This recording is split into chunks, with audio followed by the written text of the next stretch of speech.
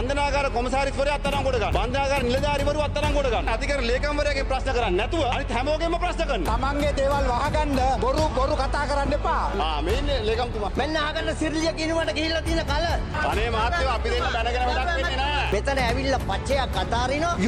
Eureka කියගෙන අර දොරවල් දෙක දෙබය කරගෙන යනවා. ඔන්න අහගන්න නාමල් රාජපක්ෂගේ නිත්‍ය සේනානි සමරනායක. මම හොයලා බැලුවා කොහෙද ජනාධිපති ලේකම් කාර්යාලේ වැඩ කරලා තියෙන්නේ කියලා. ඔෆිෂියල් රූම් එකක් නැහැ. අපි දන්නේ නැහැ අරලිගා මන්දිරේ නිල කාමරයක් නැතුවට වෙන මොකක් හරි කාමරයක් තිබ්බද කියලා. අහගන්න හොඳට මන්ත්‍රීතුමා. අලි මේ විමර්ශන කටයුතු ආරම්භ කරනවා.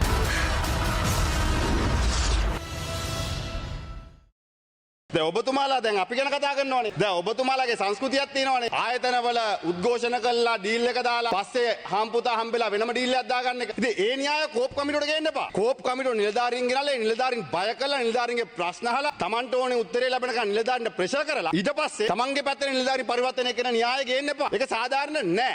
දැන් අනිත් පැත්තෙන් කන්ටේනර් සම්බන්ධයෙන් පහුගිය කාලේ නිලධාරීන් එළියට ගෙනල්ලා නිලධාරීන් ලව්ව මේක නිවැරදි කරා. අර්ජුනා මණ්ඩිතව උසාවි ගෙනිච්ච මේ ඔබතුමාට තියෙන්නේ බොමිසෝ CID එකටත් ගෙනිච්ච එක ගැන ප්‍රශ්න දූෂණ මර්දනය කියලා. මේ අනිත් පැත්තේ මේ පැමිණිලි කරන්නේ කවුද? ඔබතුමාලාගේ දූෂණ මර්දන කමිටුවේ පඩිගත්තු අය. ඒ අයට රාජ්‍ය ආයතන තනතුරු දෙන්නේ කොහොමද? ඒක අල්ලසක් නෙවෙයිද? Taman වෙනුවෙන් පැමිණිල්ලක් දානවා, දූෂණ මර්දන කමිටුවේ පඩියක් ගන්නවා, Taman ආණ්ඩුවේ තනතුරක් දීලා කියනවා මේවට කියලා සාක්ෂි දෙන්න කියලා. ඒක අල්ලසක් නෙවෙයිද? අනිත් පැත්තෙන් ජනාධිපතිවරයා ජනාධිපති සමාව ගැන කතා කරා පහුගිය කාලේ. ලොකු ආන්දෝලනාත්මක සිදුවීම. අහඹු ලෙස පොළොන් අනුරාධපුර දිස්ත්‍රික්කයේ කෙනෙක්ටම තමයි ඒක ගිහිල්ලා තියෙන්නේ. හැබැයි බන්ධනාගාර කොමසාරිස්වරයා අත්අඩංගුවට ගන්න. බන්ධනාගාර නිලධාරිවරු අත්අඩංගුවට ගන්න. අද වෙනකන් අධිකරණ ලේකම්වරයාගෙන් කාශයක් කරන් තියෙනවා. මොකද අධිකරණ ලේකම්වරයාට මේ ලයිස්තුව දෙවතාවක් යනවා. ඒ ලයිස්තුව දෙවතාවක් යන අධිකරණ ලේකම්වරයාගෙන් ප්‍රශ්න කරන්නේ නැතුව අනිත් හැමෝගෙම ප්‍රශ්න කරනවා. මෙතුමා තවදුරටත් ව්‍යාජ තොරතුරු සමාජගත කරන්න උත්සාහ කරනවා. දූෂණ විමර්ශන කොමිෂන් සභාවේ කවුද පඩි ගත්තේ? කවුද ගත්තේ? කවුද බොරු කියන්නේ නාමල් මන්තුමා? මේ ඉන්නේ ලේකම්තුමා. දූෂණ මර්දන ලේකම් කාර්යාලයේ අධ්‍යක්ෂකවරයා හැටියට මම කටයුතු කළා. මම ආවේ පුනරුත්ථාපන අධිකාරිය අධ්‍යක්ෂකවරයා හැටියට මෙතනට අනියුක්ත කරලා ආවේ. අනියුක්ත කිරීම හරිය තමයි. නෑ මොකක්ද හරිද කියලා? හරිද? නිකම් බොරු බේගලා අදින්න එපා. හරිද? වැටු බොරු කතා කරන්න එපා. තමන්ගේ දේවල් වහගන්න හරිද? මොකද්ද? අනේ මහත්තයෝ අපි දෙන්න දැනගෙන වැඩක් වෙන්නේ නැහැ. මම මේ කියන්නේ මේ පාර්ලිමේන්තුවට මුවා වෙලා වරප්‍රසාද වලට මුවා වෙලා බොරු ප්‍රකාශ කරන්න එපා මේකේ. නාමල් රාජපක්ෂ මේ මහත්මයාගෙන් අහන්න can we not make it Sri Lankan ගුවන් සමාගමේ සේවය කරපු Rajapaksa, you can have 1 minute please. නගපු කාරණේ යහපාලන ආණ්ඩුවේ ඔබතුමාලාගේ පරීක්ෂණ වලින් ඒ ළමයා නිදොස්කෝ නිදාස් වෙලා අවසන්. ඒද අපි ඒ ගැන කතා කරන්න යන්නේ නැහැ. කොහොමද පඩි ගෙව්වේ? ආර්ලිකා මන්ත්‍රී මොන කාමරේද වැඩ කරේ කියලා ඒකත් පැහැදිලි කරා නම් හරි. ඒ පිළිබඳව විමර්ශනයක් කරනවා. Shall we finish with හරිද? that? නාමල් මන්ත්‍රීතුමා. හරිද? තව මැණික් මලු ලැබුණු ආකාරය ගැනත් තව ඝාතන ගැනත් වංචා ඇති තරම් තියෙනවනේ. ගරු නියෝජ්‍ය කතානායකතුමනි මෙතුමන්ලා මේ කතා කරානේ අනියුක්ත කිරීමක් ගැන. අර මෙතුමන්ලව දූෂණ මර්දන කමිටුව අනියුක්ත කරලා තිබ්බේ. ඒ විදියටම වෙන්නේ නැති ඒක අනියුක්ත කරලා තියෙන එක හොයලා බලන්න. නිත්‍ය සේනානි සමරනායක. අහගන්න හොඳට මන්ත්‍රීතුමා. නිත්‍ය සේනානි සමරනායක කවුද මේ? ශ්‍රී ලංකා ගුවන් සමාගමේ එයා හොස්ටස් කෙනෙක්. කොහෙද වැඩ කරේ? ජනාධිපති ලේකම් කාර්යාලයට අනුයුක්තව වැඩ කරා. මාසික පඩිය කීයද? 1,58,000යි. මුළු කාල සීමාව කීයද? 1,42යි. නිත්‍ය සේනානි මම හොයලා බැලුවා කොහෙද ජනාධිපති ලේකම් කාර්යාලේ වැඩ කරලා තියෙන්නේ කියලා. මොකක් හරි කාමරේ කොහෙද? ඔෆිෂියල් රූම් එකක් නැහැ. ඊට පස්සේ මෙයා ඇත්තට වැඩ කරලා තින්නේ ජනාධිපති ලේකම් කාර්යාලයට අනුබද්ධව අරලියගහ මන්දිරේ නාමල් රාජපක්ෂගේ එයත් එක්ක විශේෂ ව්‍යාපෘති සම්බන්ධීකාරක ලෙස තමයි වැඩට අරගෙන තියෙන්නේ. හැබැයි ගෙවලා තියෙනවා ගුවන් සමාගමෙන් 70500ක් මාසෙකට. ජනාධිපති කාර්යාලයෙන් 87680ක් ගෙවලා තියෙනවා මාසෙකට. සමාගම් දෙකක විවිධ මුදල් විශුද්ධි කරන නඩුවක් තිබුණා මිලියන 45ක ලක්ෂ 450ක. ඒ වීදුරු ගෙවල් ඉඳගෙන තමයි නාමල් රාජපක්ෂලා මේ මාදුගොඩ ලද අපිට අපේ දූෂණ මර්දන කමිටු ලේකම් කාර්යාලයට එක චෝදනා කරන්නේ. මේ නිල කාමර මොකක්ද අපි දන්නේ නැහැ අරලියගහ මන්දිරේ නේද? නිල කාමරයක් නැතුවට වෙන මොකක් හරි කාමරයක් තිබ්බද කියලා. ඒවා අපි දන්නේ නැහැ. ඉතින් කෙසේ වෙතත් එහෙම කරපු කට්ටිය මේ ඔන්න අහගන්න නාමල් කවුරු මේක වැඩේ තියෙන්නේ ගරු මුලාසනාරුන්ට මන්ත්‍රීතුමනි. මෙතන ඇවිල්ලා පච්චයක් අතාරිනවා. යුරේකා කියගෙන අර දොරවල් දෙක දෙබය කරගෙන යනවා. මාර වැඩක්. මේ මොකක් හරි අභියෝගයක් කරාම මේ සභාවේ ඉන්න ඕන. ඒකට උත්තර එනකම්. මෙහෙමයි.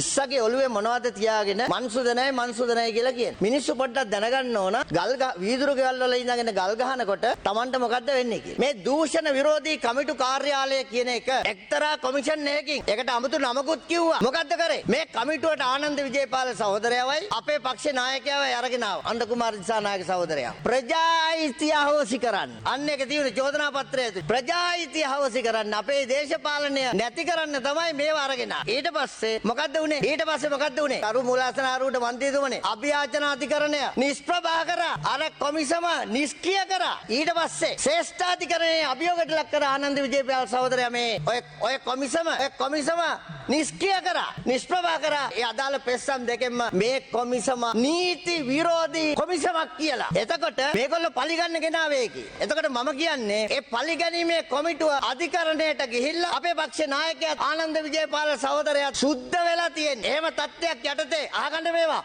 ආගන්න. එහෙම තත්ත්වයක් යටතේ තමයි කරු මූලාසන ආරූඪ මන්ත්‍රීතුමනි මේ අභියෝගය ගේන්නේ. මම කිව්වේ ඒකනේ වීදුරු ගෙවල් ඉඳන් ගල් ගහන්න එපා කියලා. මේ දූෂණ විරෝධී කමිටු කාර්යාලයේ කරපු පර්යේෂණ මත කරපු විමර්ශන මත රාජපක්ෂ පවුලේ උදවියට විතරක් ආගන්න මහා භාණ්ඩාගාරයට අපි අත් කළා දීපු මුදල ආගන්න ඉන්න. ඔයාට මේව ආගෙන ඉන්න බැරුව ඇති. අනුන්ගේ පරිප්පු කන්න එපා හලෝ.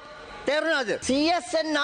CSN නාලිකාවේ මහා භාණ්ඩාගාරයට අත් වූ මුදල රුපියල් මිලියන 152යි. ඊට පස්සේ ගෝඨාභය රාජපක්ෂ අම්මගේ තාත්තගේ සෝන හදලා නාගරික සංවර්ධන අධිකාරියේ මුදල් වලින් අත් කරගත් මුදල මිලියන 35යි. ඊට පස්සේ මල්වානේ ගෙදරක් අරන් බැසිල් රාජපක්ෂ අත් කරගත් මුදල මිලියන 208යි. ඔන්න ගන්න. එතකොට මේ මුදල විතරක් එකතු කරාම රාජපක්ෂ මේ දූෂිත කාරණා එක දෙයක් අහගන්න අපි අද කියනවා මෙන්න අහගන්න සිරිලිය ගිනුමට ගිහිල්ලා තියෙන කල අපි අරගෙන ආවල ඒකනේ අහගන්න මහත්තයෝ. හරි අනුන්ගේ පරිප්පු ගන්න එනකොට ඔහොම තමයි. තේරුණාද? හිටපු ජනාධිපති මහින්ද රාජපක්ෂ මහතාගේ භාර්යාව ශිරන්ති රාජපක්ෂ විසින් සිරිලිය සවිය නමින් ව්‍යාජ ගිණුමක් පවත්වාගෙන යාම ශිරන්ති රාජපක්ෂ මහත්මිය විසින් සිරිලිය සවිය නමින් ව්‍යාජ තොරතුරු ඉදිරිපත් කර සැකකටයුතු ගිණුමක් පවත්වාගෙන යයි. අර ලෝක ප්‍රසිද්ධ සිරිලිය ගිණුම. දැනට මෙම ගිණුම ව්‍යාජ ගිණුමක් බව සනාථ වී ඇත. ගිණුමේ මැන්ඩේට් පත්‍රය බැංකුවෙන් අස්ථානගත වී ඇත.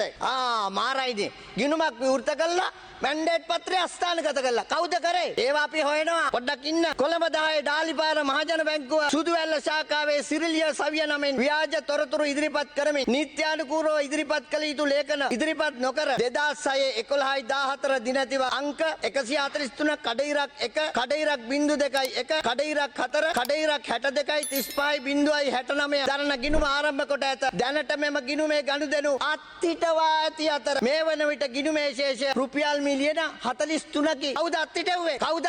අපි ඒව හොයනවා. මෙම ගිණුමේ සභාපති ශිරන්ති රාජපක්ෂ කවුද? මහින්ද රාජපක්ෂගේ නෝනා ලේකම් සීතා කල්යාණී දිසානායක පාණ්ඩාගාරික නිරෝසා ජීවනී යන අයවලුන් වේ. දැනට මෙම ගිණුමට අවස්ථා 88කදී රුපියල් 8 කෝටි 29 ලක්ෂ 88 තැන්පත් කර ඇති අතර ආපසු ගැනීමේ අවස්ථාව 129කදී රුපියල් 3 කෝටි 90 ලක්ෂ 15656ක මුදලක් ලබාගෙන ඇත. ලක්ෂ 100ක ස්ථාවර තැන්පතුවක්ද මෙම බැංකුවේ සිරිලිය නමින් ආරම්භ කර ඇත. මෙම ගිණුම සම්බන්ධයෙන් විමර්ශන මූල්‍ය අපරාධ විමර්ශන කොට්ටාසය මගින් සිදු කරනු ලබයි. අවාසනාවකට දැනට නීතිපති කාර්යාලයේ මේක බහා තබලා තියෙන්නේ. අපි මේ රටට කියනවා ජනවරම ඇතුලේ තියෙන්නේ මේක ආරම්භ කරන්න. යලි මේ විමර්ශන කටයුතු ආරම්භ කරනවා. ජාතික ජන බලවේගයේ රජයක් යටතේ කියන එක අපි මේ රටේ ජනතාවට කියනවා. ඒක හින්දා කොහෙවත් යන නයි ඔඩොක්කුවේ දාගෙන කනෝ කියලා කෑ ගහන්න එපා. තේරුණාද?